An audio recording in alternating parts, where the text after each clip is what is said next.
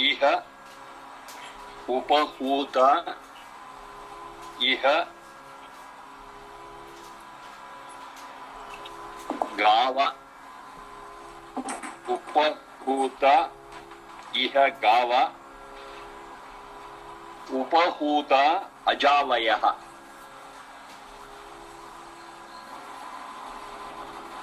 उपहूत इह गाव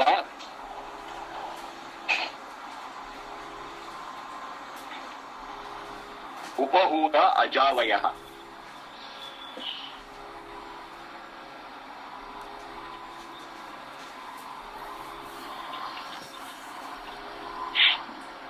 पूरा वै आह्वाने ರೂಟ್ ಇಲ್ಲೊಂದು ಎಕೋ ಬರ್ತಾ ಇದೆ, ಯಾರಿದ್ರೆ ಅಂತ ಗೊತ್ತಿಲ್ಲ.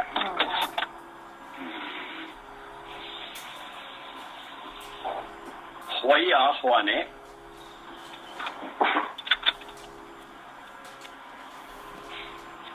ವೈ ಆಹ್ವಾನೆ, that is the invite to call. Upa means nearby.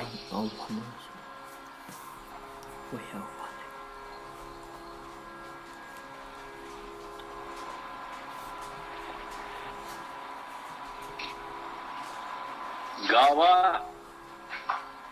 the cattle. Aja, the sheep, the goat, and the like. Ajavayah.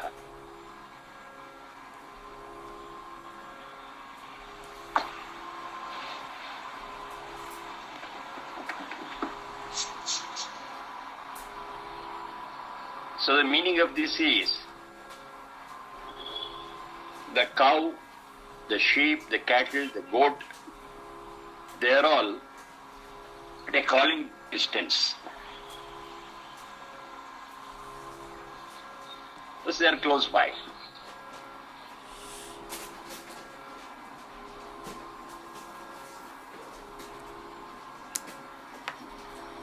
Now these, the cow, the sheep, the goat, they all represent domestic animals. They represent domestic animals. Since a long time it has been the practice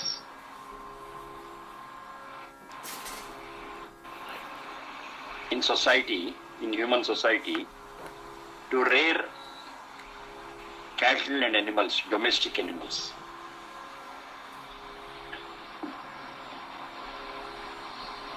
In particular, we are speaking of the cow, the goat, the sheep.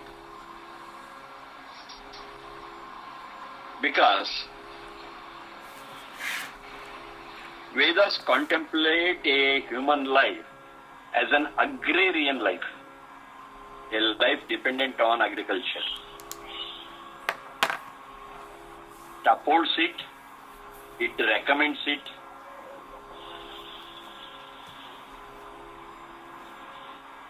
So for an agrarian life, these domestic animals are a must.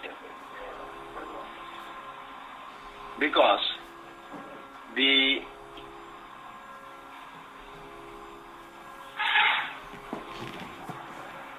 dung and the urine of these domestic animals is a very good source of manure.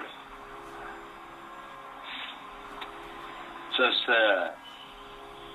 organic oriented agriculture is not the thought of the day. It was there very earlier.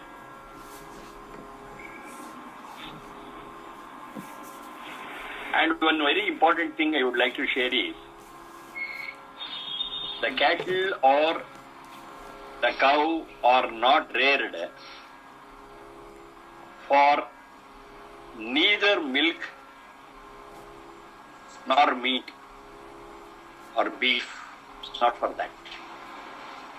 Not even for milk.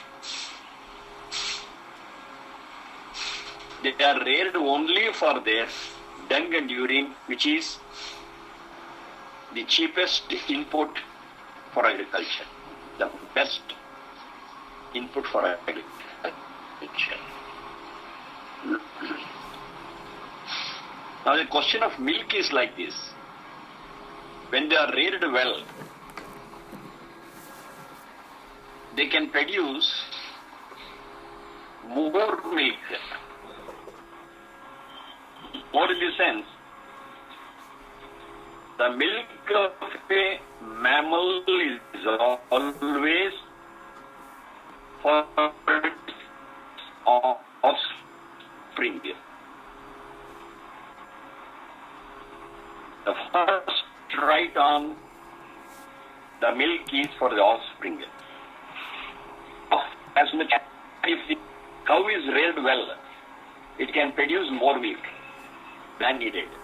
Now that extra milk has to be drawn out, otherwise it results in pain and disease to the cow. ಕನ್ನಡದಲ್ಲಿ ನಾವು ಅದಕ್ಕೆ ಕೆಚ್ಚಲ ಬಾವು ಅಂತ ಕರೀತೀವಿ. So problem with the adults. So that the extra milk has to be drawn out. At that point of time, because it's nutritious also, it can be consumed. So milk is not the primary product.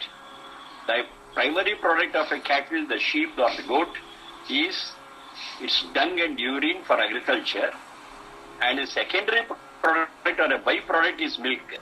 That is after the offspring has consumed to its full.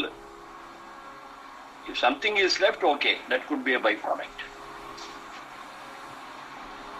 So the concept of dairy is not there.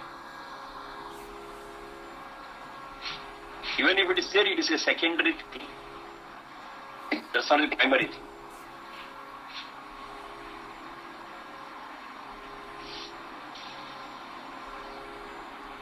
So in case of an agrarian family, agrarian environment where people mainly depend on agriculture, yes, they need to domesticate these animals and rear them. The cow, the sheep, the goat, and they all have to be at the reach, close by. That is upahuta. Upas, they are all close by. How close? We just call them, they are there. Calling is Vai Ahwane Huta.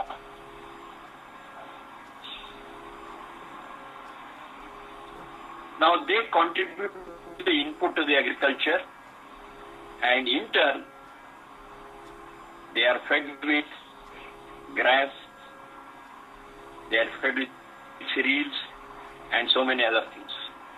So it is a mutual dependency and mutual agreement, unwritten agreement between the cattle and the men.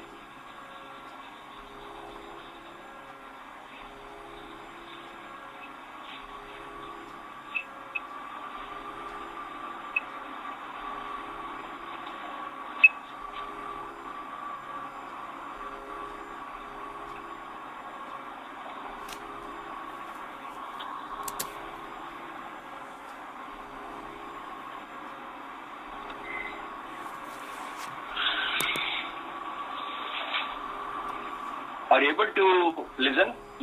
Yes. Yes. But I'm not seeing your video. Something happened. Sya pantham ritasya. Raise the OL. Ritasya pantham. The previous one, Yajurveda 3.43. That I did not tell you. Upahuta iha gava upahuta javayah. Yajurveda 3.43.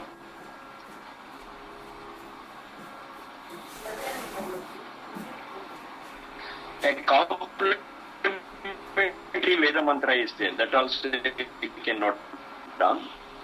Yajamanasya Pashun Pahi. Yajamanasya Pashun Pahi.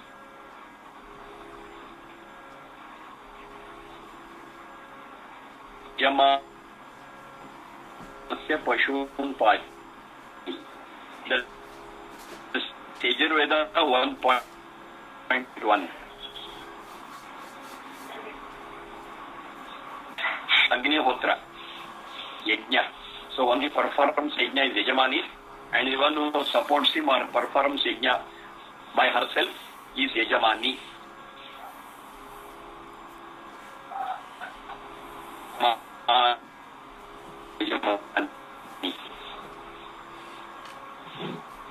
But in practice it has become you're not Yajamandru, andre nan ganda anta heltara agbidide. It's not so. Yajman is a guest too, right? The guest who comes to say Yajman. No. Yajamana is one who performs Yajna. Yes. And it is the feminine is Yajamani.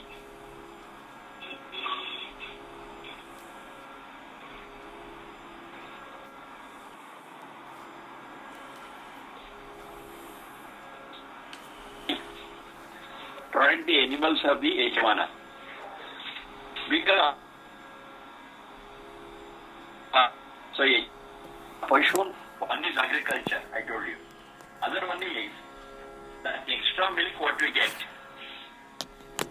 that is converted into ghee, clarified butter, and that is one of the ingredients for performing it.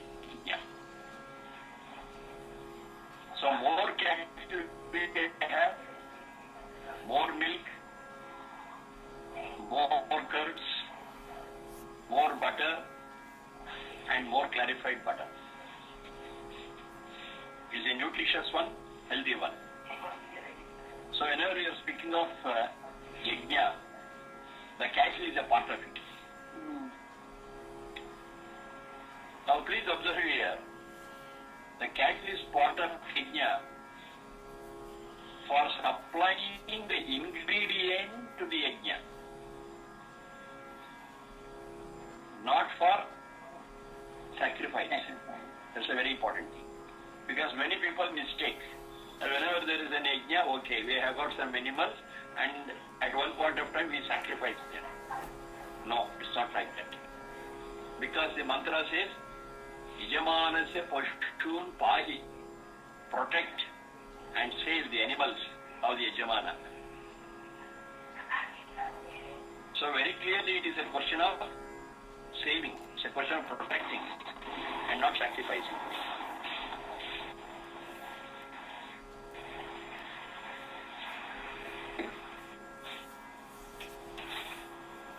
Now these two go hand in hand. Yajurveda 3.43 and Yajurveda 1.1.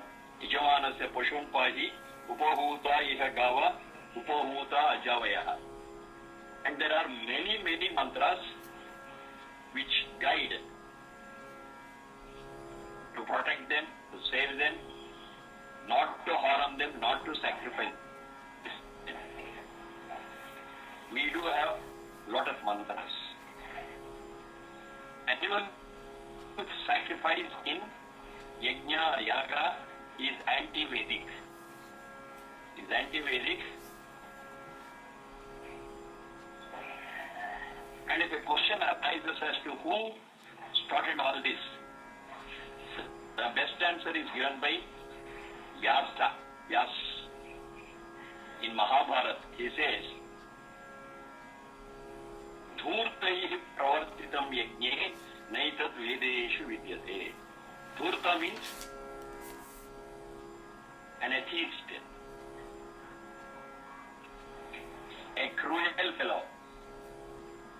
These cruel people have started this animal sacrifice and it is not there in the Vedas. The anti-social elements have started it.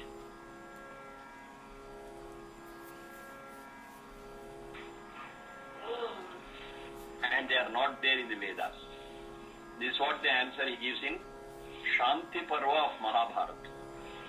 Viveki, your audio is not coming. Sorry, video. I don't know, I keep losing that video. It automatically disconnects my video. Yeah. Are you able to listen to me? Yeah. We are able to hear you very well.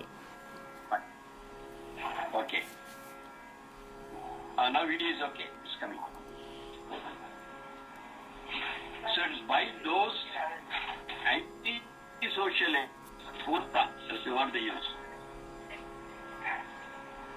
who are cruel in nature, who started this animal sacrifice, but they are not prescribed in the Vedas. Shanti Mahant Vyas.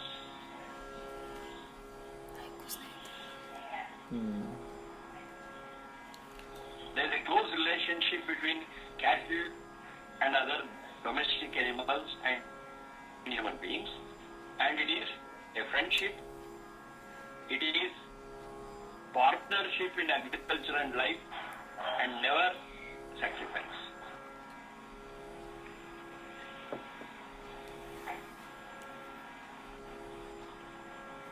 Sacrifice is a misinterpretation and misguiding. The unfortunate thing is, even today, many scholars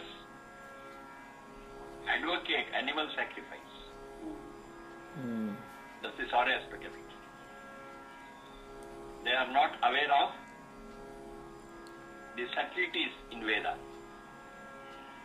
Now, two examples are given. Yajamanasya pashun pajiti upahuta ihagava upahuta ajavayaha. And there are many more. We'll come across them as and when we study them in depth. Vritsya pantham na taranti dushkrataha. Vritsya pantham na taranti dushkrataha.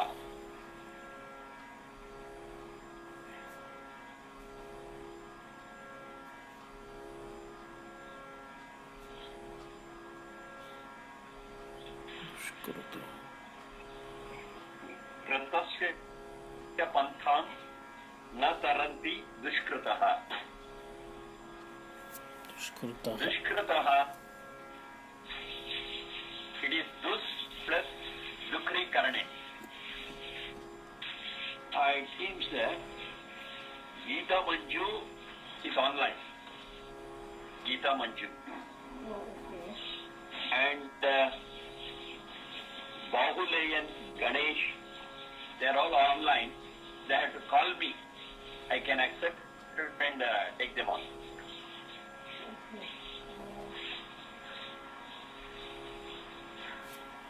Because if I call back, the connections with you will all go. Yes, Dukri Karne. Dukri Karne is doing something. When Dus or Dur is added, it is in negative signs. Thus doing something bad.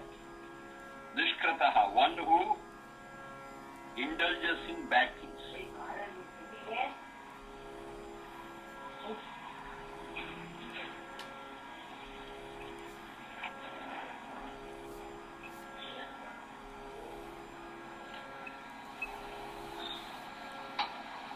Dushkrataha, one who treads the wrong path. Pantham, Pantha is path. You find some similarity between the two. Pantha, path. Pantha, path. Pruthu Vistare is the root. Pruthu Vistare.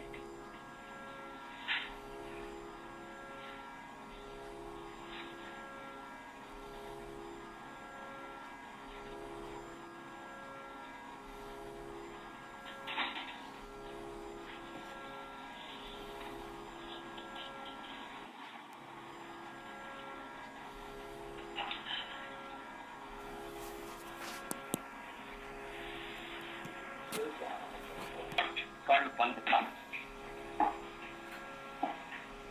Because it's not it. Only that road which is wide is called as Pantha. Rajamarga, the highway.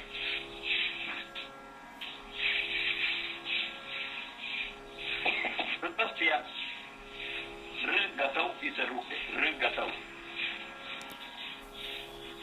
The straight, the transparent,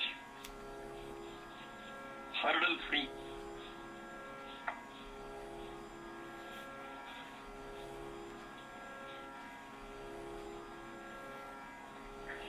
Path is called as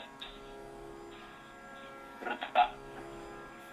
Ratasya pantham, such a highway. Dushkritaha, those who are involved in bad way of life, an ugly way of life, they na taranti, cannot cross this path, cannot tread this path. Taranti, tri tarana samplavana yoho, tri tarana samplavana yoho. Tri is this one, vowel, the second long vowel. Tri tarana samplavana yoho. That is to cross across, to swim across, to wade across.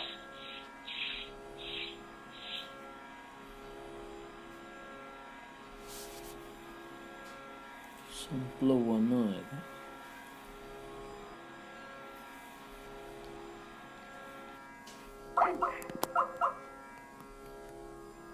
Na is negative. There is a person cannot. It negates. Ratasya pantham na taranti dushkritaha.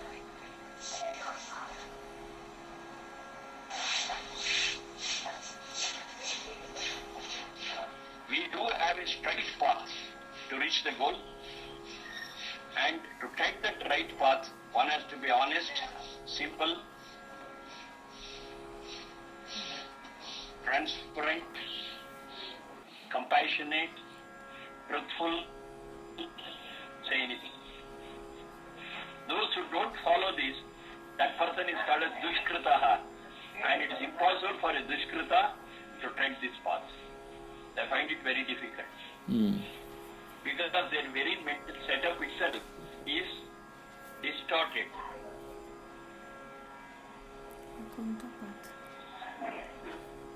Is skewed, we call it as skewed, twisted. The way they look at things itself is skewed. It's not straight. Even if you tell them a straight thing, they will understand it in the negative way. We do have such people around us. And for them,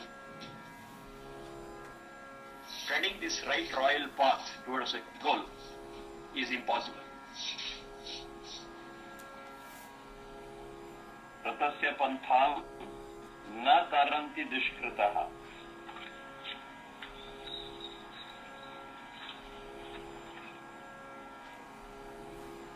Now we come to another very important word. Rishihi. You are familiar with that. Rishihi.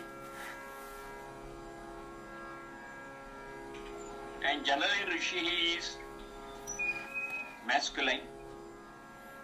But the same Rishihi has got a feminine word also. We are not familiar with that. Rishika. Rishika. We are not familiar with this. They are familiar with Rishi because most of the Rishis we know they are all male. But we do have Rishika. Now the question is, how do you define this Rishi or Rishika?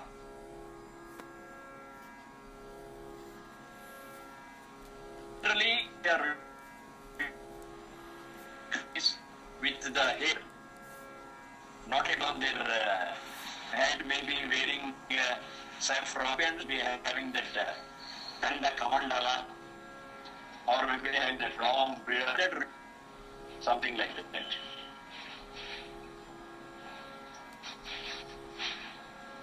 You see any photo, you see any drawing,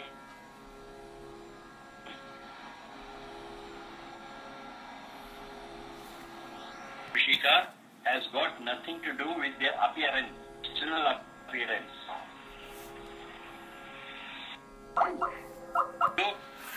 Rishisayo manurhitaha. Now this definition gives a very, very clear picture as to who can be called as a Rishi or Rishika. And it's very clear it has got nothing to do with the external appearance, the dress, or any such external paraphernalia.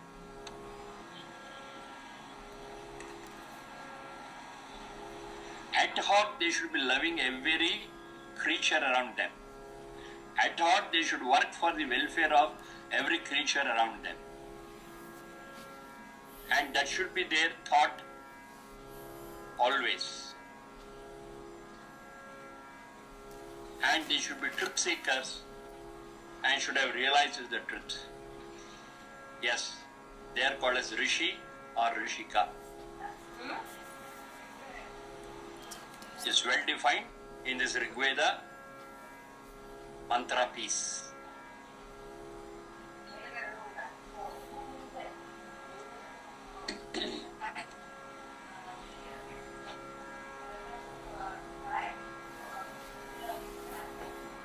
Next one.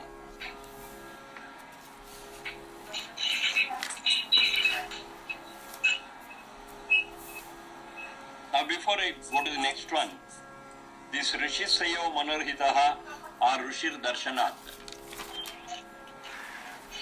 it makes another thing obvious, that is, every one of us have to be Rishis or Rishika, at least to some extent.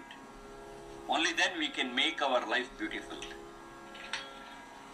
If you are too self-centered, we can never be called as Rishi or Rishika, and at one point of time, we will be bogged down by our own selfishness. It's too heavy. Selfishness is too heavy.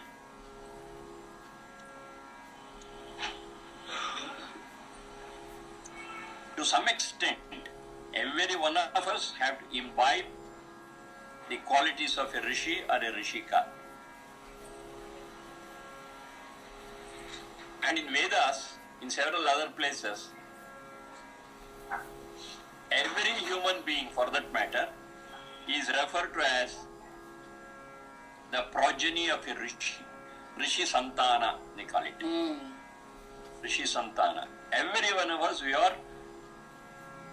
the progeny of the Rishis. We should only deserve it by imbibing those qualities of a Rishi, that is, love to all creatures around us and love for truth.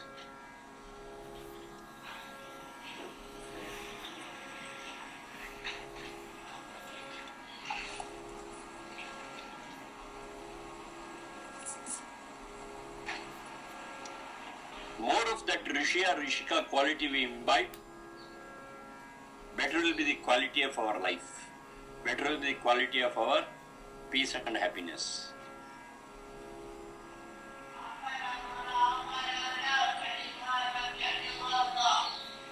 Next one. Kritam me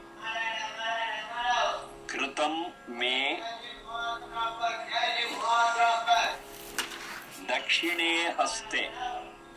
Kritam me Dakshine Haste. Jayo me Savya Ahitaha.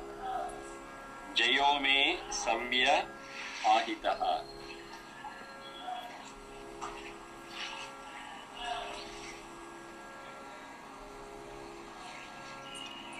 Kritam decree karane.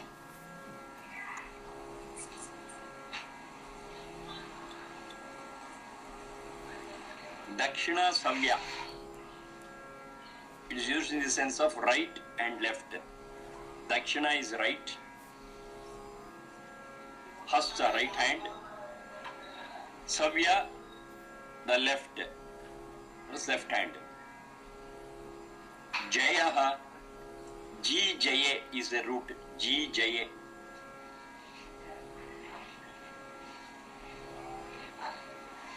Jayati, verb. Jaya, noun. Success. Vijaya, special. success. Apajaya, losing. Apajaya.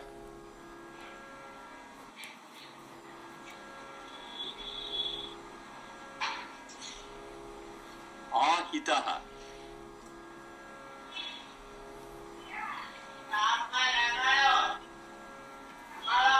Hitaha is placing. The root is Dudhai Dharana Poshanayo.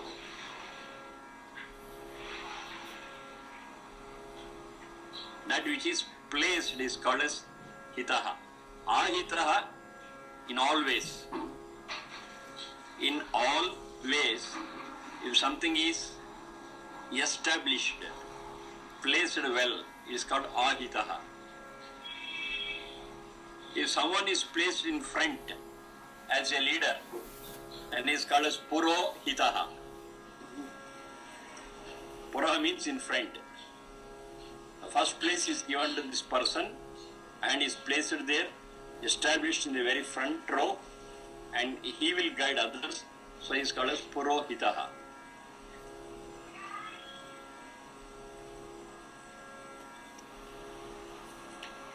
So in the Purohita is God, because he is the leader of the whole universe, Satchidananda. Satchidananda is also called as Purohita. You must have heard the first mantra of Rigveda, Agnimi Ile Purohitam. So that Purohita refers to the Satchidananda.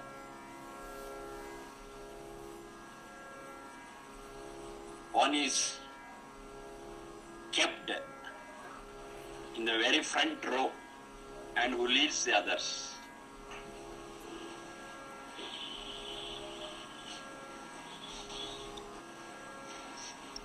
So here in this piece of Veda mantra it says, Me Dakshine Haste, by using my right hand, Kritam, if you do the right job, if I work for it, if I labor for it, if I endeavor, pursue, we can use any of those words. If I do all those things with my right hand, then my success is fixed near my left hand. Success doesn't come free. You have to work for it. So work for success and is ready for you to enjoy by your left hand. That means it will be at your reach.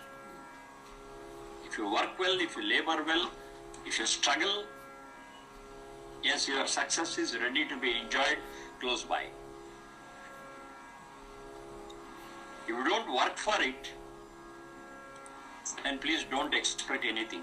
You may get, you may not get. Even if you get, you will not be able to assimilate or enjoy it because you are not working for it.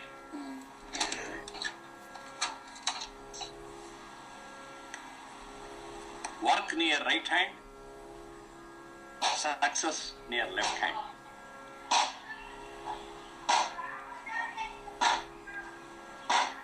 Prerequisite for success is working for it.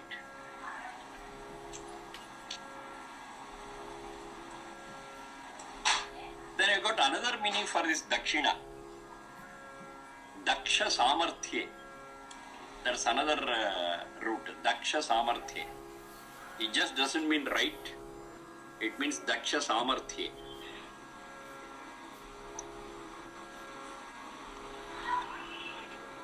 It means capable, efficient, effective, capable, all these things will come there. Savya means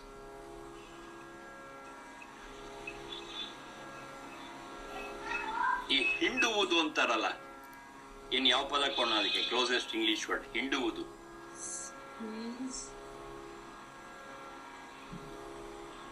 ಹಿಂಡುವುದು. Squeeze. Squeeze is A rough word. Ring. Twist. Ring. Huh? Ring. Once Ring, right? ಏನ್ ಹೇಳ್ತಿದ್ಯಾ? WRING. Ring. Huh? Milking. Smoothly. Just kind of. That is, if I do a job with efficiency, yes, it is ready for you to enjoy success. Your labor gets converted into enjoyable success. ಇದು ಕೂಡ aptitude. ದೋಹನ R ಸವನ. ಹಿಂಡಿಕೊಳ್ಳುವುದು ಅಂತ. ದೋಹನ ಅಂದ್ರೆ ಹಿಂಡಿಕೊಳ್ಳುವುದು. ಕರ್ಕೊಳ್ಳೋದು.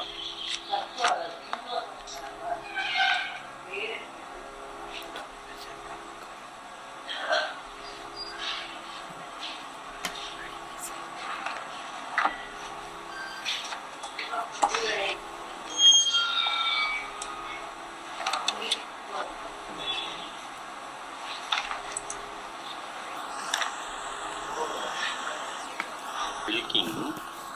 Another word, let me see. Libation. Libation. Libation.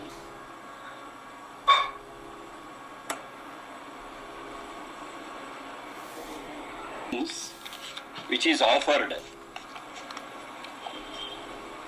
The essence which is offered to someone. That's libation.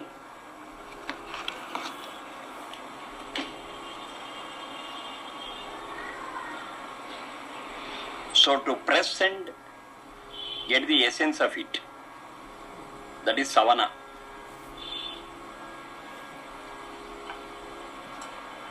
So if you do a thing with efficiency, you can always get the benefits easily. You need not worry about getting the benefits. They are assured.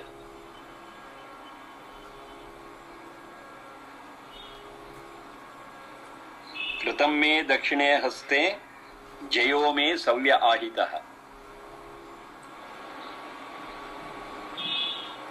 The fruits of good action is available close by for us to take and enjoy. Success is ensured.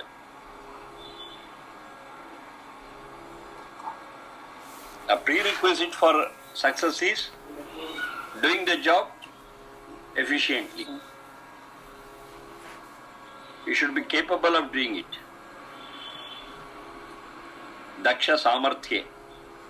Samarthya is capacity, efficiency.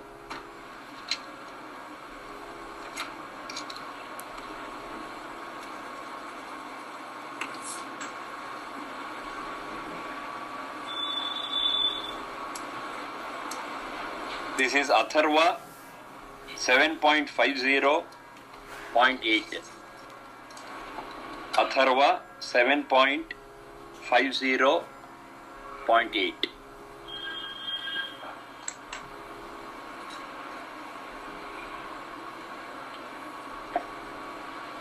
And the last one for the day, Kevalagho Bhavati केवलादि. केवलाघो भवति केवलादि.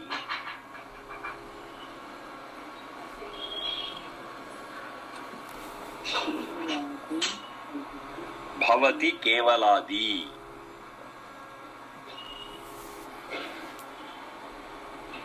अघः केवला plus अघः, that's केवलाघो. Agha is sin. Agha is sin. One who doesn't commit sin is anagha. Na agha, anagha. You have heard the name Anagha. Yes. One who doesn't commit any sin, any bad act. Anagha. So here Agha is sin.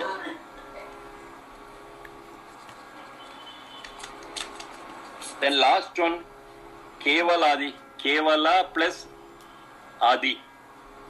Adha Bhakshane. That's the root there. Adha Bhakshane.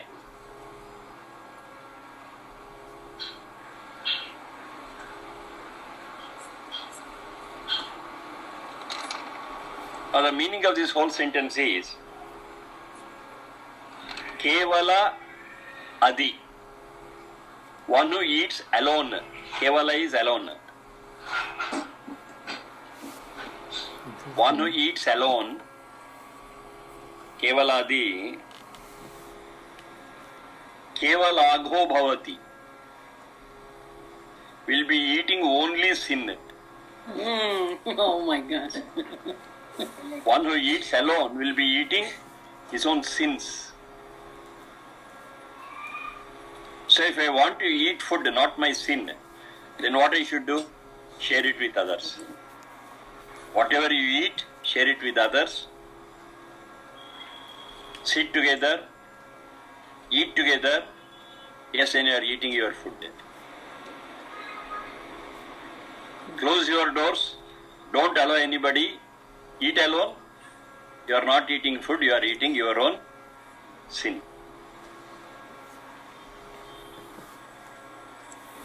You must have heard this Dasarapada. Kereya neeranu kerege chelli. So whatever you have got, it is not 100% your own effort. There are so many other agencies in and around us which are responsible for me to get this food. It's not purely my own effort. As a result of joint effort, concerted effort, yes, I have got my food, so it shall be my duty to share it with others and then eat it. So that sharing, giving is very important.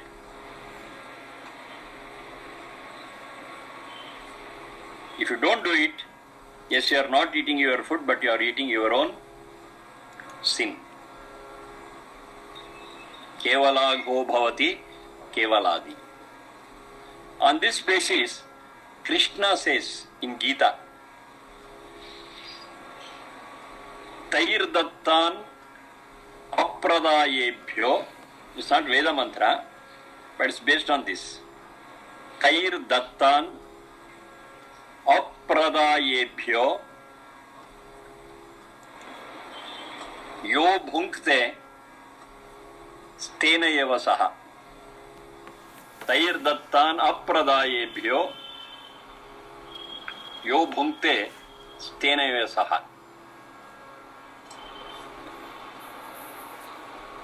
What is given to you by God, if you don't share it with others, if you don't offer it to others, but eat alone, then such a person is a thief. Stena is thief. He is stealing others' food. If he is eating alone, he is not offering to others and without thanking God. If he eats, he is as good as a thief. He has stolen that food. But if I offer it to my fellow beings and thank God for providing me with this food, fine. That's the right way of taking food. The same essence is there in this piece of the Veda mantra, Rigveda 10.117.6. 10.117.6. Kevalagho bhavati kevaladi. One who eats alone without sharing with others is eating his own sin, not food. We are not supposed to take it verbatim, word by word meaning, but we have to take the purport of it, what it actually means. We do have around us creatures, we do have around us people who are less fortunate and are not able to earn their food. Now God has given us sufficient food, and it shall be our duty. It's not an obligation, it's our duty to share it with others who are less fortunate. This, in other words, we call it as compassion. Compassion is the very nature of human beings. You don't find this compassion as a quality in any other creature other than human beings. So a true human being has to be compassionate, has to share the pain and pleasure of others, and share his food with the less fortunate.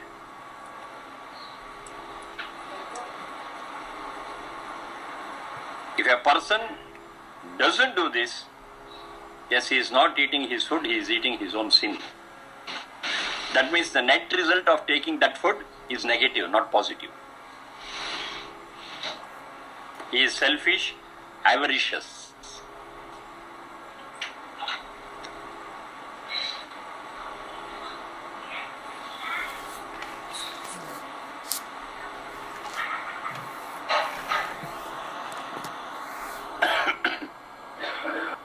Before taking our food, okay, God has given me this food, so I have thanked God for having got this. Yes, thank God that have I shared the food what I am eating with fellow beings, with less fortunate people. Yes, okay, then I deserve eating this food. I have not thanked God for having provided me this food. I have not shared it with my fellow beings, fellow creatures, and the less fortunate. Unless I do it, I don't deserve this food. We do find, for several reasons, shortage of food in some quarters of the world. We see people dying of hunger. We see people who are not sure of from where their next meal comes. All such problems can be solved with one stroke if I think like this before taking my food. Thank God, number one. Number two, share a little with other people. That's enough. But sharing is a must with fellow creatures and fellow beings. The whole world can have food with this. Nobody anywhere in the world shall not sleep without food, shall not live without food.